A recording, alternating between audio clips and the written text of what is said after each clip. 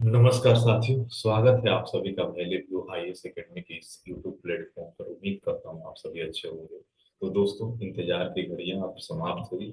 अब हम लोग जैसा कि मैंने आप लोगों के समक्ष कुछ कमिटमेंट करा था कि 1 सितंबर से हम लोग करेंट अफेयर्स विथ एनालिसिस एक नई सीरीज लॉन्च किया जाएगा, जिसमें अगर आप कोई बड़े एग्जाम का प्रिपरेशन करते हैं, जैसे यूपीएससी, पीसीएस, या कोई ऐसा एग्जाम का प्रिपरेशन करते हैं जिसमें current affair with proper analysis पूछा जाता है, तो ये सेशन आपके लिए काफी महत्वपूर्ण हो सकता है। आज से हम लोग मतलब निरंतर वीक में 5 दिन आपके साथ, मैं आपके साथ रहूंगा।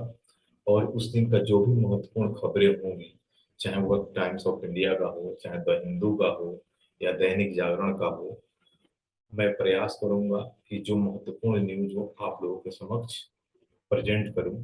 और मेरा प्रयास ये रहेगा कि देखिए, जैसे मैं आज 1 सितंबर का न्यूज कवर कर रहा हूं, तो प्रॉपर ऐसा नहीं है कि सिर्फ और सिर्फ 1 सितंबर का मैं न्यूज कवर करूंगा।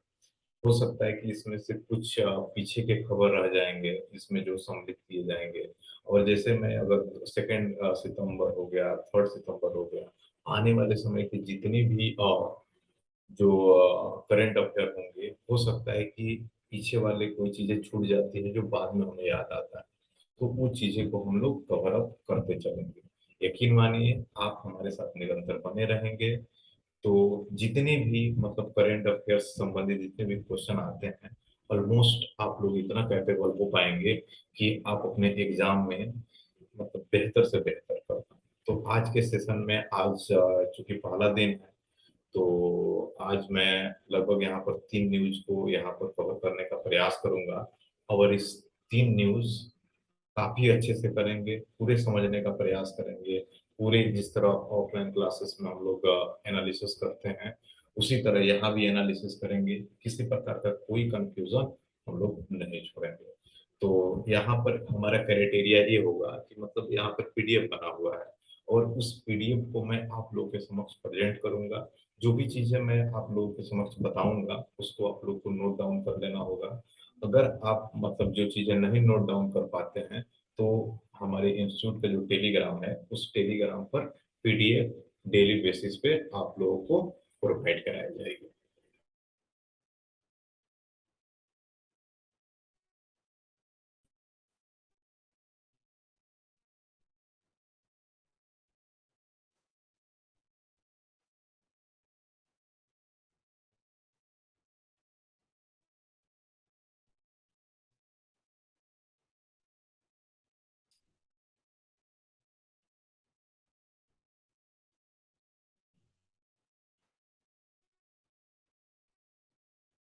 तो देखिए, पहला मैं न्यूज यहाँ पर कवर करने का प्रयास करूंगा। एक नासा का आर्टेमिस 1 मिशन हाल में मतलब उसको रोक दिया गया है। वो मिशन क्या है, इसको हम लोग पहला न्यूज के माध्यम से जानने का प्रयास करेंगे। सबसे पहले यह जानते हैं कि क्या यह न्यूज मतलब कौन से न्यूज में छपा है। इसको जान लेना काफी महत्वपूर्ण हो जाता है, क्योंकि जब भी आप पढ़ते हैं, तो आपके दिमाग में कहीं ना कहीं ये चीजें चलती रहती है कि क्या जो चीजें हम पढ़ रहे हैं, क्या उसका सोर्स बेहतर है कि नहीं, क्या उसका जो सोर्स हमने जो लिया है, क्या वो ऑथेंटिक है कि नहीं। इसको मतलब यहाँ मैं ध्यान रखूंगा, और आप लोगों के समक्ष प्रेजेंट भी करूंगा कि मैंने जो न्यूज यहाँ पर लिया है, उस न्यूज का सोर्स क्या है। जैसे देखिएगा, सीएनबीसी एक न्यूज है, उसने भी इस न्यूज को कवर अप किया है। और जो टाइम्स ऑफ इंडिया को देख लीजिए, इसने भी इस न्यूज को कवर अप किया है, आपके स्क्रीन पर दिख रहा होगा। और कुछ जैसे मैं हिंदी न्यूज चैनलों की भी मैं बात करूंगा यहाँ पे। जैसे आज तक ने भी इसको कवर अप किया है, और दैनिक भास्कर ने भी इसको काफी अच्छे से इसको मतलब बताने का प्रयास किया है। तो कुल मिलाकर के आप लोगों को यहाँ पर ये समझ लेनी चाहिए कि जो चीजें हम यहाँ पर कर रहे हैं, उसकी कोई ना कोई मतलब ऑथेंटिक सोर्स है, और उस सोर्स के माध्यम से ही हम कोई चीजें आप लोगों के समक्ष प्रेजेंट करने का प्रयास करेंगे। तो जो नासा, जो सबसे पहले ये जानने का प्रयास करते हैं कि आर्टेमिस 1 मिशन है क्या। सबसे पहले यह मिशन है वह नासा के द्वारा है।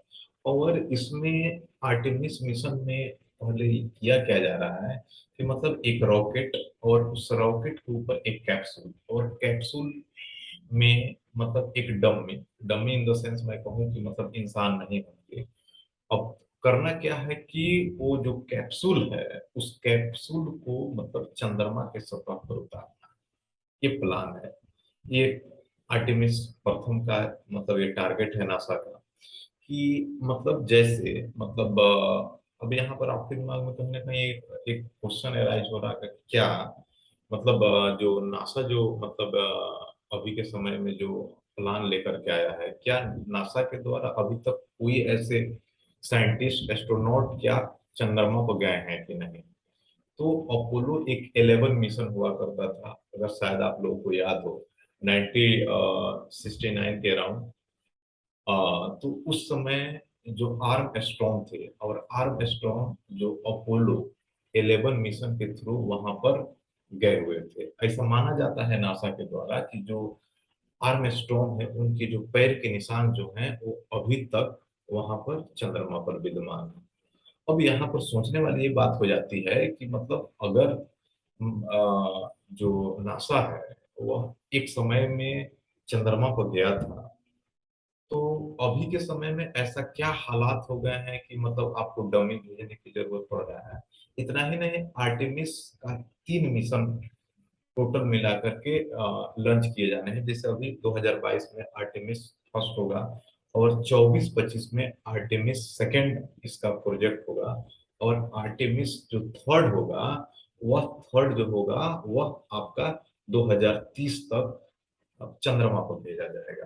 तो कुल मिलाकर के अगर देखा जाए तो इस आर्टेमिस मिशन में सिर्फ और सिर्फ इतना ही प्लान है कि जैसे मैं आप लोगों को, जैसे आप मतलब जो है जितने भी स्टूडेंट है वैली व्यू आईएएस एकेडमी के, उन लोगों को क्लास में लगभग इस सारी चीजें कुछ बेसिक चीजें बता दी गई है। तो जैसे मैं क्लास में चर्चा किया था एक बार, पीएसएलवी जीएसएलवी ये क्या है कि ये मतलब एक माध्यम है जो आप सैटेलाइट होता है उस सैटेलाइट को मतलब अंतरिक्ष में पहुंचाते हैं। इसी तरह यहाँ पर भी मतलब एक सिस्टम है नासा का आर्टेमिस में कि जैसे मैं आप लोगों को यहाँ दिखाने का प्रयास करता हूँ।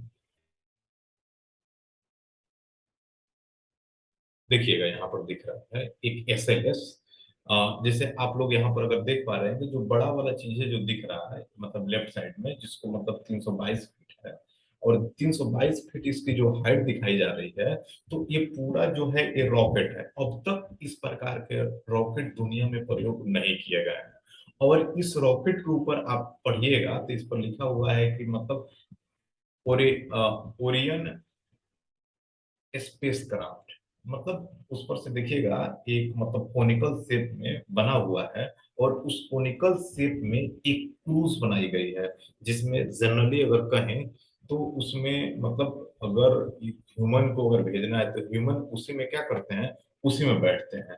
तो जो नीचे वाला जो रॉकेट है उसका काम है सिर्फ उसको ऊपर लेकर के जाना। जो उस पर जो मतलब जो कैप्सूल टाइप का जो बना हुआ है, जो कैप्सूल बना हुआ है उस कैप्सूल में डमी रखे जाएंगे। और उसी में देखिएगा इसके पूरे मतलब डिटेल में, जैसे जो कैप्सूल होगा, जब मानते हैं कि रॉकेट ने आपको ऑर्बिट के पास पहुंचाते हुए जब आप रोटेट करेंगे, वहां पर आपको फ्री करेगा रॉकेट। तो जो आपका कैप्सूल रोटेट करेगा तो उसके लिए खुद का एनर्जी होना चाहिए। तो उसके लिए यहाँ पर मतलब सोलर सिस्टम का भी प्रयोग किया गया है, जो मतलब आपके स्क्रीन पर दिख रहा होगा। सारे डिटेल यहाँ पर आप लोगों के समक्ष दिख रहा होगा इसमें। तो उसमें क्या होगा कि जैसे अभी के समय में कुछ सैटेलाइट जो मतलब मून के पास जाएंगे और मून के अगल बगल वो क्या करने लगेंगे, रोटेशन करने लगेंगे। और ये जो कैप्सूल है, वह कैप्सूल जो होगा वह चंद्रमा के सरफेस पे लैंड करेगा। ये टोटल अगर देखा जाए तो ये है आपका इस मिशन का पर्टिकुलर उद्देश्य। जो इसका जो जो सेकंड इसका प्रोजेक्ट होगा, उस सेकंड प्रोजेक्ट जो 2024-25 में लॉन्च किए जाने हैं, उसमें जो मैं ये जो कैप्सूल मैं जो बोल रहा हूँ और स्पेस क्राफ्ट जो मतलब यहाँ पर देखिए कर्व टाइप का बना हुआ है क्रू के रहने की जगह जिसको बोल रहा हूँ, तो उस इस उस क्षेत्र में 2024 के समय में वहां पर कुछ क्रू मेंबर जाएंगे, साइंटिस्ट जाएंगे।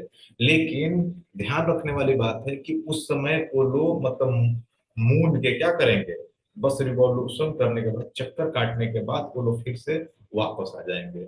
लेकिन ध्यान रखने वाली बात है कि जो 2030 का जो इसका जो थर्ड प्रोजेक्ट होगा, उस थर्ड प्रोजेक्ट में लगभग जो मतलब जो पहला केस में हमने डमी भेजा, दूसरा केस में हम लोग खुद इंसान भेजे, लेकिन वह सरफेस पर नहीं उतरेगा। लेकिन थर्ड वाले केस में जब इंसान उसमें बैठेंगे और बैठ करके वहां पर मतलब लैंड करेंगे चंद्रमा के सतह पर। तो ये कुल मिलाकर के ये मतलब एक कहानी है इस मिशन की। और मुद्दा ये है कि 29 तारीख को इसको सुबह मतलब 6:30 बजे मतलब हम लोगों के टाइम के अनुसार इसको लॉन्च करना था। तो आप देखेंगे जो ये रॉकेट है, इस रॉकेट में लगभग मतलब 4 इंजन लगे हुए हैं, और उसमें से एक इंजन में किसी प्रकार के इंटरनल इशू होने की वजह से इस मिशन को मतलब 29 तारीख को रोक दिया गया। 29 तारीख को रोकने के बाद इसका ऐसा प्लान किया जा रहा है कि 2 सितंबर को इसको फिर से मतलब इसको लॉन्च किया जाएगा। अगर इसमें किसी प्रकार की अगर अपडेट आती है तो मतलब हम आने वाले समय एक जो करंट अफेयर होगा उसमें हम लोग आपको बताने का प्रयास करेंगे। इसमें कुछ इंपॉर्टेंट चीजें हैं, जैसे आर्टेमिस मिशन, दैनिक भास्कर ने इसको बहुत अच्छे से इसको कवर अप करने का प्रयास किया है कि लगभग लगभग जो ये मिशन होने वाला है वह 42 दिन का मिशन पूरा होगा, इसको पूरे जा करके वापस आने में। और लगभग लगभग चांद से भी लगभग 64,374 किलोमीटर आगे जाएगा एक स्पेस क्राफ्ट। मतलब अगर आप लोग अगर क्लास की बातें अगर आप लोगों को याद हो, तो जैसे मैं बोल रहा था कि जैसे रॉकेट जैसे यहाँ से इनिशियल स्टेज में जब ऊपर उड़ता है तो उस पर से जो कैप्सूल होते हैं, वो कैप्सूल वो क्या होते हैं वहां से अलग हट जाते हैं। और ये मतलब इनका काम रॉकेट का सिर्फ होता है कि आपको स्पेस में पहुंचा देना।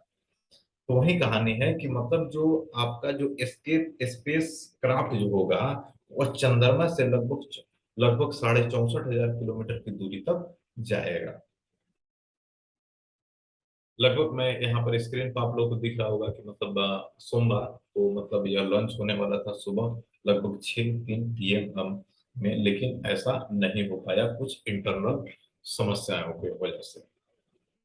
अब कुछ है कि मतलब दैनिक भास्कर से मैंने इसका सोर्स लिया है, और इसमें कुछ एस्थेटिक चीजें हैं जो कुल मिला करके कभी कभी एग्जाम में पूछ लिए जाते हैं।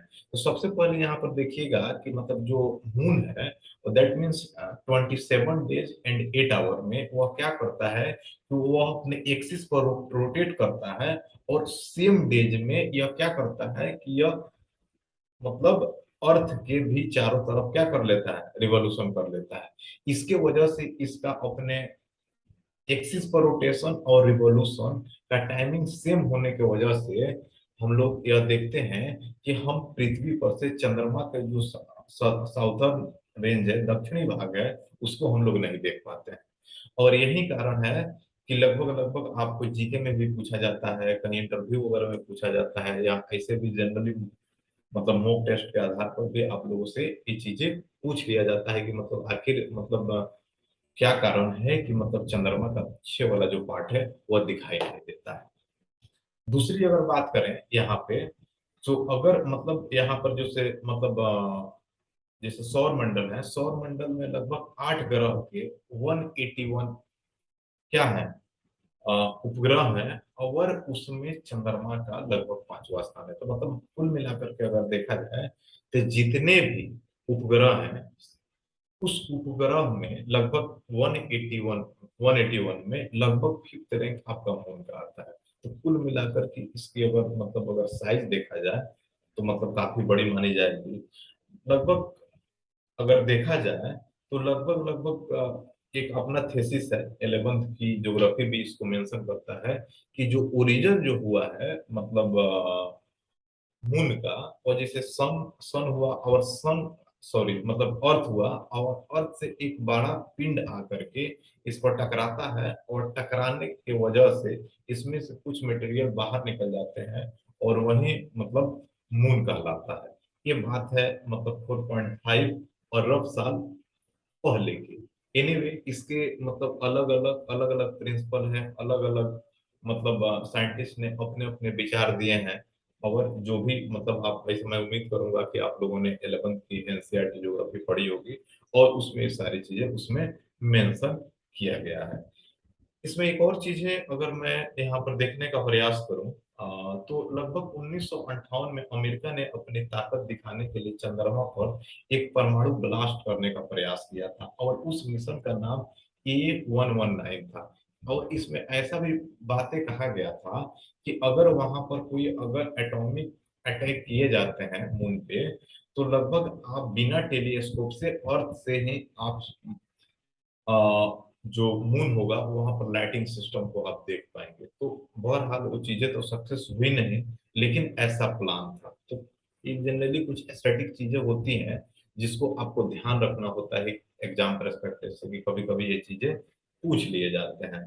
और मतलब ऐसे मतलब लोग पूछते हैं कि आर्मस्ट्रॉन्ग वहां गए थे, लगभग 50 साल क्रॉस हो रहे हैं और वहां भी उनके पैर के निशान अभी तक विद्यमान है। तो इसके पीछे क्या लॉजिक है? इसके पीछे अगर लॉजिक की बात किया जाए तो लगभग ऐसा माना जाता है कि वहां ना बारिश होती है ना हवाएं चलती है। अगर इस प्रकार की कोई अगर हरकतें नहीं हो रही है, तो ऑब्वियसली बात है कि जो चीजें जहां होगी, जिस अवस्था में होगी, उसको वह मेंटेन करके रखेगी।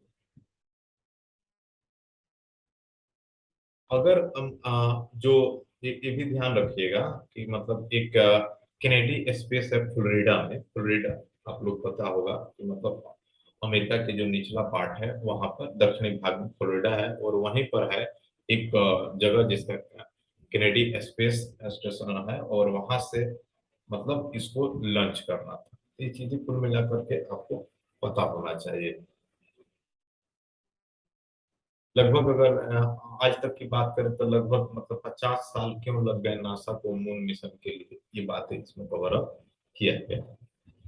लगभग यहाँ देखें तो मतलब देखिएगा, दैनिक भास्कर ने भी इसको काफी अच्छे से इसको मतलब कवर अप करने का प्रयास किया है। जैसे कि मैंने बताया कि मतलब 10 जुलाई 1969 को मतलब चंद्रमा के सतह पर पहुंचने वाले मतलब नासा की तरफ से आर्मस्ट्रॉन्ग थे।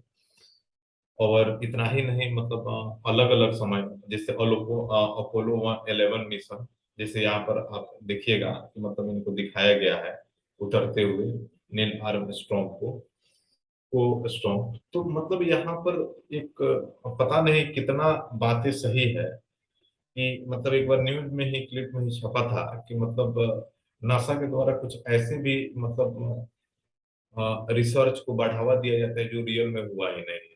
एक प्रकार का जो इस प्रकार की जो आप स्क्रीन पर जो चीजें दिख रहे हैं उस प्रकार की स्क्रीन पे मतलब ऐसा माना जाता है कि नासा मतलब अमेरिका में ही कोई एक ऐसा जगह बना रखा है जो बिल्कुल ही वह दिखता है जस्ट लाइक मतलब स्पेस की तरह। कितना सही कितना गलत कहना कठिन है, लेकिन व्हाट एवर जो भी है, लेकिन यहाँ पर एक क्वेश्चन तो जरूर राइज होते हैं कि आज से 50 साल पहले जब आप अ, चंद्रमा के सतह पर जाने से आप नहीं हिचके थे, तो अभी के समय में ऐसी क्या घटनाएं हो गई हैं कि आपको मतलब 3 प्रोजेक्ट लॉन्च किए मतलब करने पड़ रहे हैं। पहले डमी जाता है, फिर इंसान जाता है, तो वो भी इंसान पहले डायरेक्ट वहां पर लैंड नहीं करता है। थर्ड प्रोजेक्ट जब आप जाते करते हैं तो उस थर्ड प्रोजेक्ट में ये चीजें होती है कि इंसान वहां पर मतलब उसके सतह पर चंद्रमा के सतह पर उतरता है। तो कुल मिलाकर के अगर देखा जाए तो ये प्रॉपर एनालिसिस था इस मिशन का। उम्मीद करता हूँ कि आप लोगों को ये न्यूज कवर अप करने में किसी प्रकार की समस्याएं नहीं हो रही होगी।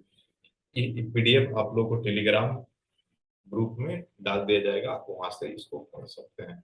हिंदी में भी और इंग्लिश में भी प्रॉपर सारी चीजें यहाँ पर लिख दी गई है, और जो भी मैंने सारी चीजें बताया है सारी चीजें इसमें मेंशन है।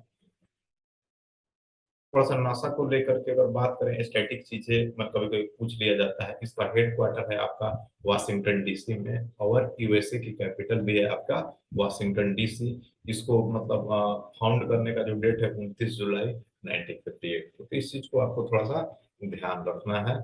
और इसके फाउंडर यहाँ पर नाम लिखा हुआ है, और एडमिनिस्ट्रेटेड बाय प्रेजेंटली ये है। ये सारा चीजें आप लोगों को ध्यान रखना है अगर आप मतलब वन डे एग्जाम का प्रिपरेशन करते हैं। तो जितनी एस्थेटिक चीजें हैं इसको तो आपको पता ही होनी चाहिए। अब यहाँ पर अब आते हैं सेकंड न्यूज पर, और सेकंड न्यूज है कि कौन है मुक्तदा अल सदर, इनके इस्तीफे से इराक में क्यों हो रहा है हंगामा। काफी महत्वपूर्ण न्यूज है। लेकिन आप ये सोचेंगे कि क्या मतलब ये हमारे सिलेबस से टच करता है क्या?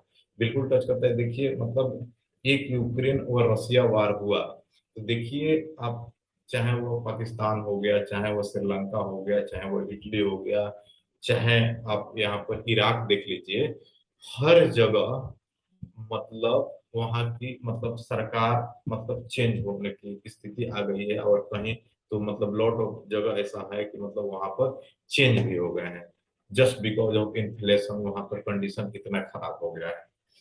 तो वही है कि जैसे मुक्तदा अल सदर की हम थोड़ा सा बात करेंगे। और इसका असर सबसे पहले जब इराक की बात आती है, तो इराक में लगभग आपको बता दें कि लगभग अंतिम 10 महीनों से वहां पर कोई सरकार नहीं है, और एक टेम्पोररी मतलब पीएम इस सिस्टम को चला रहे हैं। तो ध्यान रखें। और लगभग लगभग अगर मतलब हम लोग अगर तेल की बात करें, क्रूड ऑयल की बात करें, तो लगभग 60% से एबव क्रूड ऑयल जो आता है इन्हीं क्षेत्रों से आता है। और लगभग लगभग अगर हमारे देश के लोग की, ज्यादा तो नहीं लेकिन फिर भी लगभग 20,000 प्लस लोग अभी भी इराक में काम करते हैं। उनके द्वारा क्या रेमेडीज भारत में आते हैं। और इस परिदृश्य से भी यह काफी महत्वपूर्ण हो जाता है कि हमें अगर उस देश में अगर कोई चीजें महत्वपूर्ण अगर चीजें चल रही है तो उसको हम लोगों को जानना। इतना ही नहीं, फ्रांस हो गया, यूनाइटेड नेशन हो गए, या मतलब इवन इसके जो सटे हुए जो स्टेट हैं, ईरान ने अपनी बाउंड्री को मतलब क्लोज करने की भी बात कर दी है। तो मतलब कुल मिलाकर के आप ये समझ सकते हैं कि ये मतलब मुद्दा कुछ थोड़ा सा जटिल है। अब क्या है इसको देखिए, थोड़ी सी इसको मतलब हिस्ट्री को जानने का प्रयास करते हैं। अभी इराक की अगर बात करें तो अभी प्रेसिडेंट है कि बहरम सैफ ट्रेंडिंग, यहाँ पर इनका नाम है। कैपिटल इसका जो इराक का है वो बगदाद है। Dialing code +964। और करेंसी जो है इराकी दिनार। और पॉपुलेशन जो है लगभग लगभग वर्ल्ड बैंक के अनुसार 4.02 करोड़। ये स्टैटिक चीजें हैं। उम्मीद करता हूँ कि आप लोग इसको ध्यान रखेंगे। कभी किसी वन डे एग्जाम में अगर पूछ लिए जाए तो मतलब ध्यान रखिएगा इस चीज को। यहाँ पर अभी के जो प्राइम मिनिस्टर हैं इनका नाम आप यहाँ पर दिख रहे होंगे। और जीडीपी जो है यहाँ पर वह लगभग 16,722.4 करोड़ यूएसडी। ये भी वर्ल्ड बैंक के रिकॉर्ड के अनुसार ये चीजें बताई जा रही है। अब द हिंदू की अगर बात करें तो इसने भी लगभग 30 तारीख के मतलब अपने न्यूज में ये कवर अप किया था कि ईरान ने अपना इराक के लिए अपना बॉर्डर जो है वो क्लोज करने वाला है। ये देख लीजिए कि मतलब कुछ अगर आप श्रीलंका के न्यूज को देखे होंगे कि जब वहां की सरकार को मतलब गिराने की बात चल रही थी, तो जिस प्रकार से वहां के संसद भवन हुआ करते थे, यहाँ के भी संसद भवन पर देख लीजिए किस प्रकार की कहानियां डेवलप हो रही हैं। लोग मतलब क्या मतलब यहाँ पर करने का प्रयास कर रहे हैं। तो कुल मिलाकर के मतलब कि जो भी चीजें चल रही है वह व्यवस्थित ढंग से नहीं चल रही है। अगर इराक को मैप में अगर देखने का प्रयास करें तो देख लीजिए इराक है, इराक की कैपिटल है आपका बगदाद, और इसके सटे हुए जो कंट्री है ईरान है, एक तरफ आपका सीरिया है, और नीचे सऊदी अरेबिया है, फिर जॉर्डन है, और नीचे एक कुवैत है। अब देखा जाए तो मतलब इराक और ईरान ये दो ऐसे देश हैं मुस्लिम कंट्री के जो मतलब शिया बहुल्य है। यही इराक है जहाँ का सद्दाम हुसैन रहा करते थे। और सद्दाम हुसैन जो हुआ करते थे वह सुन्नी मुस्लिम थे। और यहाँ चूंकि मतलब क्या बोलते हैं मेजोरिटी में शिया है, और इसका सटे हुआ ईरान है। और ईरान में भी तो मतलब कहना ही नहीं है कि जो मेजोरिटी के जो लॉट ऑफ जो मुस्लिम है वो लोग शिया है। तो कुल मिलाकर के देखा जाए तो मतलब आप लोग इस लोकेशन से वाकिफ हो गए कि मतलब क्या है। आप जो भी प्रिपरेशन कर रहे हैं, अगर जो भी न्यूज अगर इंटरनेशनल स्तर पर रहता है, तो जो कंट्री रहता है तो एटलीस्ट उस कंट्री के आपको कैपिटल पता होना चाहिए, और उसके तटवर्तीय जो मतलब कंट्री हैं कौन सी सीमा साझा कर रहे हैं, उसका बाउंड्री शेयर कर रहे हैं, आपको भी ये सारी चीजें पता होना चाहिए। देखिए, अब थोड़ा सा मैं मुग्तदा अल सदर के बारे में बताता हूँ। एक जनरली ये मतलब चुनाव हुआ था अक्टूबर में 2021 में, और लगभग वहां पर 329 सीटों पर चुनाव हुआ, और 329 सीटों में ये मुग्तदा अल सदर को लगभग 73 सीटें मिली। लेकिन अगर देखा जाए तो मतलब मेजोरिटी तो सीट ज्यादा है नहीं। अगर सीट, अगर आप हाँ, जैसे कोई किसी भी मतलब कंट्री होता है, तो उस कंट्री में अगर आप बहुमत में आएंगे तभी आप सरकार बनाएंगे। तो लगभग 329 सीट में से आप अगर 73 सीट लेकर के आ रहे हैं, तो किसी भी एंगल से मतलब ये सराहनीय कार्य नहीं है कि मतलब अकॉर्डिंग टू मतलब वहां भी कोई कॉन्स्टिट्यूशन होगा, वहां भी कुछ रूल एंड रेगुलेशन होगा, और बहुमत नहीं है तो सरकार नहीं बनेगी। तो इस कंडीशन को लेकर के लगभग 10 माह से लगभग एक टेम्पोररी गवर्नमेंट वहां पर चल रही है। और लास्टली मतलब मुग्तदा अल सदर को ये ऐसा लग गया कि अब हमारी कुछ यहाँ पर सिस्टम चलने वाला नहीं है, इसलिए इन्होंने संन्यास लेने की बात कर दिया राजनीति से। चूंकि मुग्तदा अल सदर मतलब एक शिया बहुल्य के क्या है, एक धार्मिक गुरु हैं, इसलिए इन पर लोगों की ट्रस्ट ज्यादा है। लोगों के द्वारा ऐसे ऐसा बोला जाता है कि इनके द्वारा काफी हद तक बहुत बेहतर वर्क किए जाते हैं। गरीबों को लेकर के इनके द्वारा काफी मतलब सुनवाई की जाती है, ये गरीबों के हित के लिए बात करते हैं। तो इस मतलब कंडीशन को लेकर के मतलब इनकी डिमांड यहाँ पर मेंटेन था। अब यहाँ क्या है कि मतलब इनको लेकर के जब इन्होंने जैसे ही ऐलान किया कि हम मतलब पॉलिटिक्स से अब हम रिजाइन कर रहे हैं, तो इससे जो इनको चाहने वाले जो सिया बहुल के लोग थे, इन्होंने मतलब काफी हद तक ये प्रोटेस्ट करना शुरू कर दिया और डिमांड शुरू कर दिया कि अगर मुग्तदा अल सदर हैं, चाहे ये बहुमत में है या नहीं है, इनका ही सरकार होना चाहिए।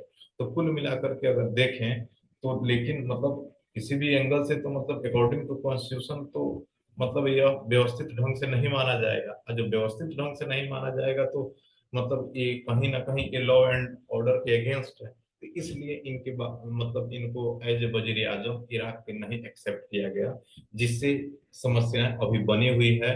और कर्फ्यू भी लगाए गए हैं, और लगभग ऐसे माना जा रहा है कि लगभग 22 ईरानियन लोगों को मतलब डेथ हो चुका है। मतलब मैं, ये न्यूज है आपका 30 31 तारीख को।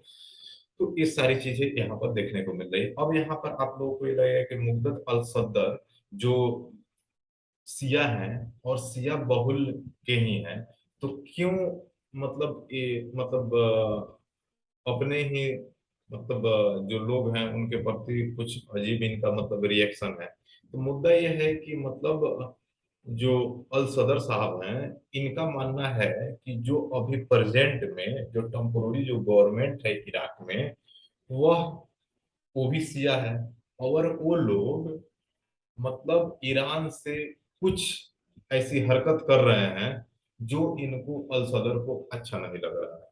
तो ये इनका मानना है कि अगर हमारी गवर्नमेंट अगर बनती है, तो हमारा जो मतलब एक प्रिंसिपल होगा वह कुछ अलग होगा, और हम अपने देश को आगे लेकर के जाएंगे। ये अल सदर वही है जो सद्दाम हुसैन के समय में इनके जो फादर इन लॉ थे और इनके फादर थे, ये खुद इनसे इंस्पायर्ड है। और उन लोगों ने हमेशा सद्दाम हुसैन को क्रिटिसाइज किया, क्योंकि सद्दाम हुसैन एक क्या मतलब एक सुन्नी बहुल मुसलमान थे, और ये लोग सुन्नी को मतलब आपको पता भी होगा कि मतलब अगर शिया सुन्नी को मतलब एक्सेप्ट नहीं करते हैं, मतलब दोनों में थोड़ा सा विवाद रहता है। तो इस चीज को लेकर के समस्याएं वहां पर चल रही है।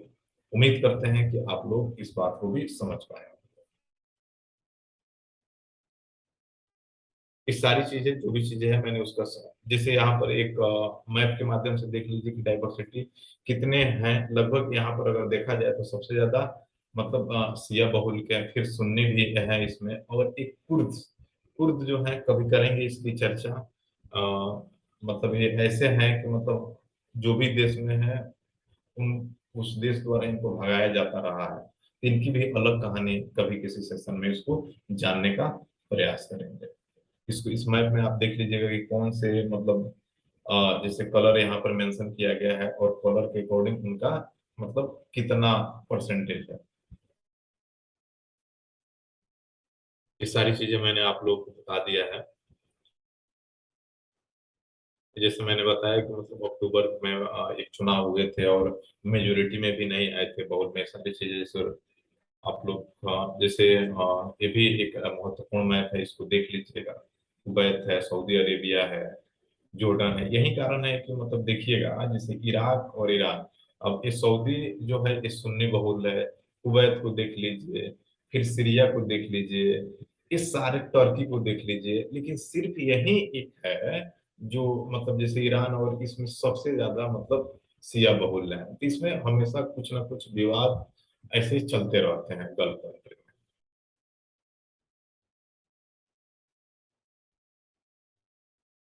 ये भी एक न्यूज का ही कटिंग है। अब देखिएगा मतलब बहुत सारे न्यूज ने इसको कवर अप भी किया है। ये देखिए कि मतलब क्या हालात है वहां पे। न्यूज 18 ने भी इसको मतलब कवर अप किया है। हिंदी न्यूज पेपर जैसे एबीपी न्यूज ने भी, आप देखेंगे कि इसमें लगभग इस्तीफे के बाद से लगभग 20 लोगों की मौत और 300 लोग लगभग इसमें घायल हो गए। तो और इसमें देखिएगा यहाँ पर न्यूज 18 का ही न्यूज है कि राष्ट्रपति भवन के सामने जो स्विमिंग पूल है, इसमें लोग प्रोटेस्ट करते करते उसमें, आप देख ही रहे हैं, विद्रोही लोग जो है वहां पर जा करके स्नान भी कर रहे हैं। ये सारी चीजें हिंदी में भी लिखी गई है। ये सारी चीजें आप लोग उसको मतलब पीडीएफ में पढ़ लेंगे। अब बात करते हैं कि एक पीएम बीजेपी एक स्कीम आई है थर्ड, मतलब ये स्कीम क्या है, इसको हम लोग यहाँ पर जानने का प्रयास करेंगे। इसको मतलब आज ही की ये न्यूज है, 1 सितंबर 2022 की।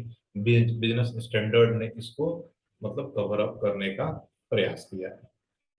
और सबसे पहले फिर द हिंदू की अगर बात करें तो द हिंदू ने 27 को ही मतलब इसको थोड़ा सा ओवरव्यू देने का प्रयास किया था। तो जैसे पहले इसको देखिए, अब होता क्या है कि जैसे यूरिया हो गया, डीएपी हो गया। जैसे यूरिया में लगभग लगभग 80% सब्सिडी गवर्नमेंट देती है, और लगभग बात करें डीएपी वगैरह में तो लगभग 65%। जिंक वगैरह होते हैं उसमें भी 31%, मतलब कुल मिलाकर के गवर्नमेंट के द्वारा काफी हद तक सब्सिडी दी जाती है। तो लगभग लगभग अगर यहाँ पर देखें तो लगभग 177 ऐसी कंपनियां हैं, प्राइवेट कंपनियां, जो मतलब फर्टिलाइजर बनाती हैं। और फर्टिलाइजर अगर कोई बनाता है, अगर कोई नहीं बनाता है तो मतलब उसको मॉडिफाई करता है दूसरे कंट्री से लेकर के। तो उसमें एक मतलब इस प्रिंसिपल को लेकर के आया गया है पीएम बीजेपी, मतलब इसको वन स्टेट या वन कंट्री वन फर्टिलाइजर, एक इस प्रकार का नाम देने का प्रयास किया गया है। इसमें ये कहा गया है कि मतलब सरकार अगर 80% सब्सिडी दे रही है, तो किसी भी मतलब जैसे आप यूरिया का एक बोरी ले रहे हैं, तो यूरिया के बोरी पर सबसे ज्यादा सिर्फ उस प्राइवेट कंपनी का नाम क्यों लिखा रहेगा। तो सरकार ये बोल कहने का प्रयास कर रही है कि लगभग आप क्या कीजिए कि लगभग 1/3 में आप जिस कंपनी आपका नाम है वो आप बना रहे हैं, तो 1/3 में आप अपना नाम लिखिए। और लगभग 2/3 जो भाग है उसमें आप जैसे आप देखिएगा यहाँ पर प्रधानमंत्री भारतीय जन उर्वरक परियोजना, उसमें आपको ये चीजें लिखना है कि मतलब भारत के जो सरकार है, भारतीय गवर्नमेंट जो मतलब सब्सिडी दे जा रही है, तो उसका 2/3 में लगभग एक बड़ा सा नाम वहां पर मेंशन किया जाए, ताकि one country one fertilizer scheme पूरे भारत में चले।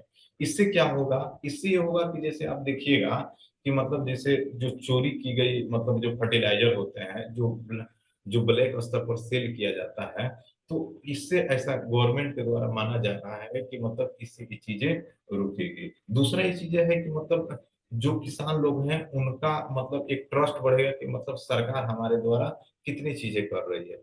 तीसरी चीज अगर मैं इसकी प्रॉफिट की अगर बात करूं तो जो मतलब एक, अगर हम लोग एक कंट्री एक फर्टिलाइजर स्कीम को लेकर के चल रहे हैं और सारी कंपनी एक ही ब्रांड बना रही है, सारे पर एक ही नाम लिखे जा रहे हैं, तो कहीं ना कहीं एक यूनिटी डेवलप होगी, मतलब यूज करने वाले के बीच में और कंपनियों के बीच में, ताकि किसी प्रकार की कोई इशू डेवलप नहीं होगी। तो सरकार का ऐसा मानना है कि यह जो पीएम बीजेपी जो स्कीम है, इससे किसान भाइयों को काफी हद तक लाभ होने की उम्मीदें जताई जा रही है।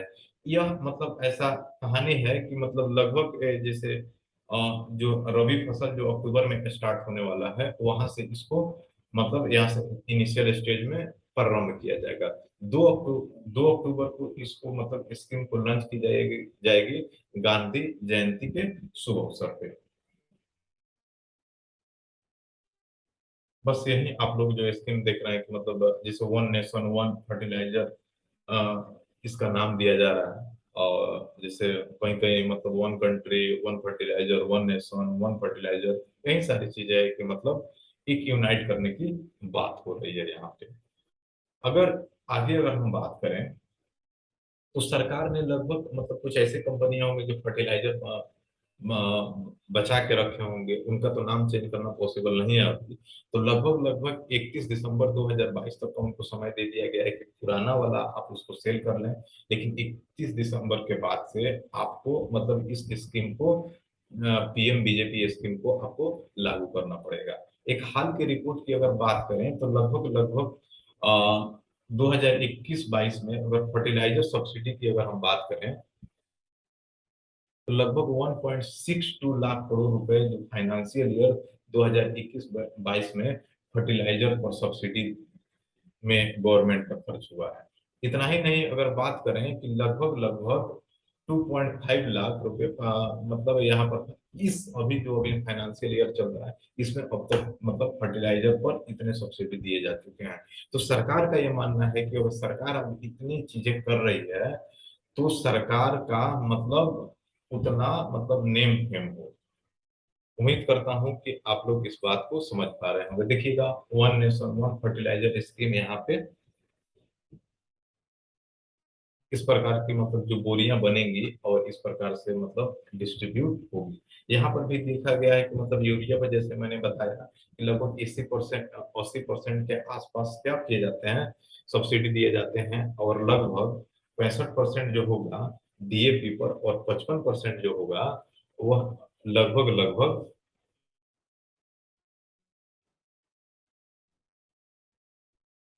मतलब अलग अलग क्षेत्रों में यहाँ पर सब्सिडी दिए जाते हैं।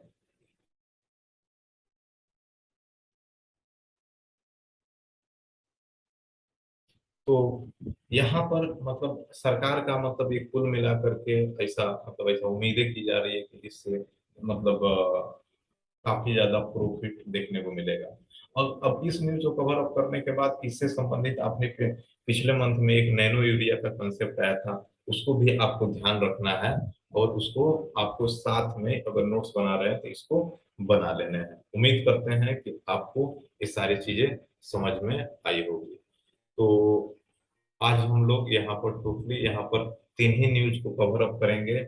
अब फिर मिलेंगे आपको कल, और कल के न्यूज में देखते हैं कि कितने न्यूज हम लोग कवर करते हैं। लेकिन यकीन मानिए कि जितने जैसे किसी दिन मैंने 2 किया, किसी दिन मैंने 3 किया, किसी दिन 4 किया, तो जो निरंतर जो हम रहेंगे तो पूरे बैकअप प्लान के तौर पर आपको पूरे किसी न किसी डेज में कोई न्यूज नहीं छूटेगी। पूरे न्यूज सारे के सारे कवर अप किए जाएंगे। तो इसलिए आप लोग, अगर आपको ये वीडियो अच्छा लगता है तो इसको शेयर करें। आने वाले कुछ एक दो वीडियो के बाद से जैसे मैं करंट अफेयर करूंगा तो उसमें प्री ओरिएंटेड कुछ क्वेश्चन इसमें मेंशन कर दूंगा। और मेंस से रिलेटेड एक दो क्वेश्चन फॉर्म करके उसमें डाल दूंगा ताकि आप लोग उसको प्रैक्टिस करें। और प्रैक्टिस से ही मतलब जनरली जो चीजें करंट अफेयर में ज्यादा होती है वही चीजें ज्यादा पूछी जाती है। तो आज के लिए इतना ही, दीजिए इजाजत, फिर मिलेंगे कल।